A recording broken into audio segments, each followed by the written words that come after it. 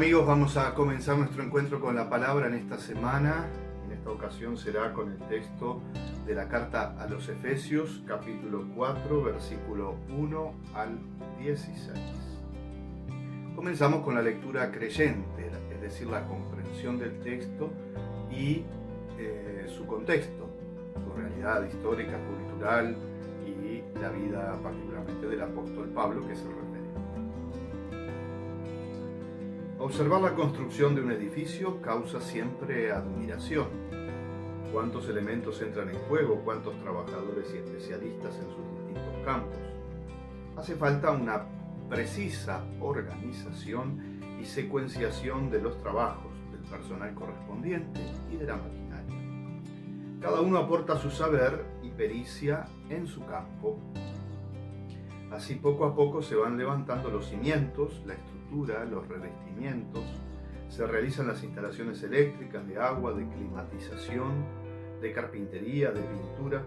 ¿Qué sería si cada uno trabaja a su antojo, a su ritmo? ¿Se imagina? ¿Qué sería si no hubiera una buena organización y colaboración? ¿Qué sería si alguien se ocupara de tareas que no sabe hacer? Y a la cabeza, coordinando toda esta labor, está el que ha creado el proyecto y calculado todos los parámetros, el arquitecto. Su sabiduría puesta al servicio de los demás llevará al éxito de la edificación.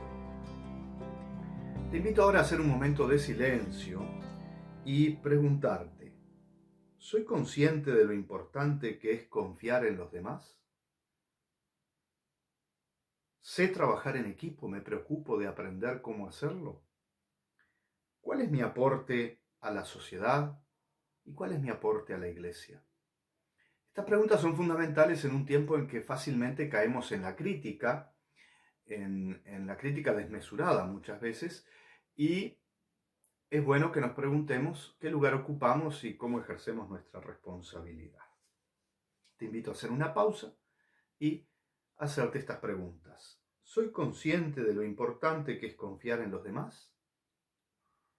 ¿Sé trabajar en equipo? ¿Me preocupo por aprender a hacerlo?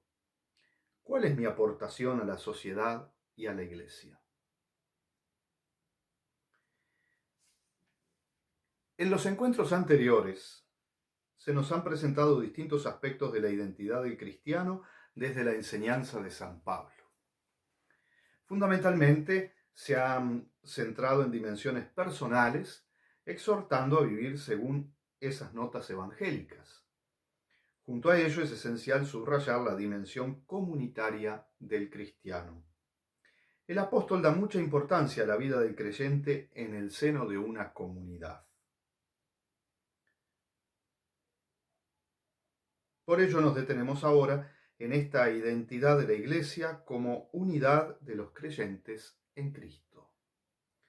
Lo hacemos acudiendo a la carta a los Efesios, concretamente al inicio de la parte exhortativa, capítulo 4, versículos 1 al 16.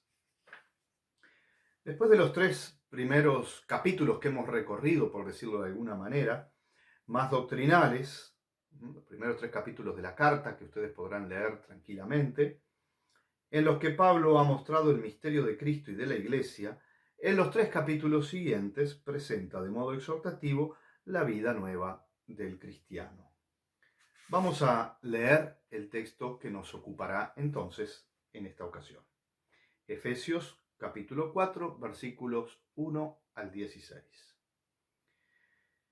Así pues, yo, prisionero por amor al Señor, les exhorto a que lleven una vida en consonancia con el llamamiento que han recibido. Sean humildes, amables y comprensivos. Sopórtense unos a otros con amor. No ahorren esfuerzos para consolidar con ataduras de paz la unidad que es fruto del Espíritu. Uno solo es el cuerpo y uno solo el Espíritu, como una es la esperanza a la que han sido llamados. Solo hay un Señor, solo una fe, solo un bautismo, solo un Dios, que es Padre de todos, que todo lo domina, por medio de todos actúa y en todos vive.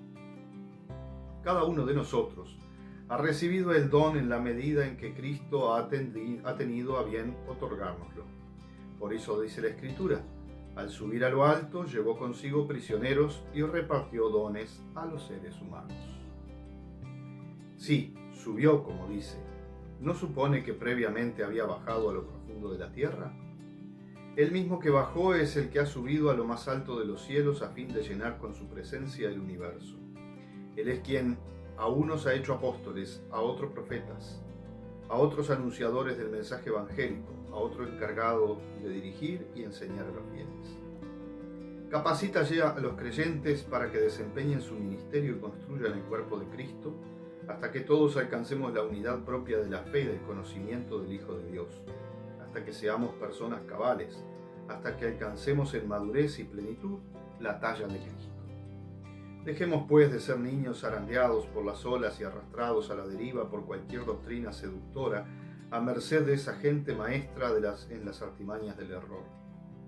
Vivamos en cambio con autenticidad en el amor y esforcémonos por crecer en todo, puesta la mirada en aquel que es la cabeza, Cristo. Él es quien hace que el cuerpo entero, bien ensamblado y unido mediante el conjunto de ligamentos que lo alimentan, según la actividad propia de cada miembro, vaya creciendo como tal cuerpo, de modo que se construya a sí mismo en el amor. Palabra de Dios.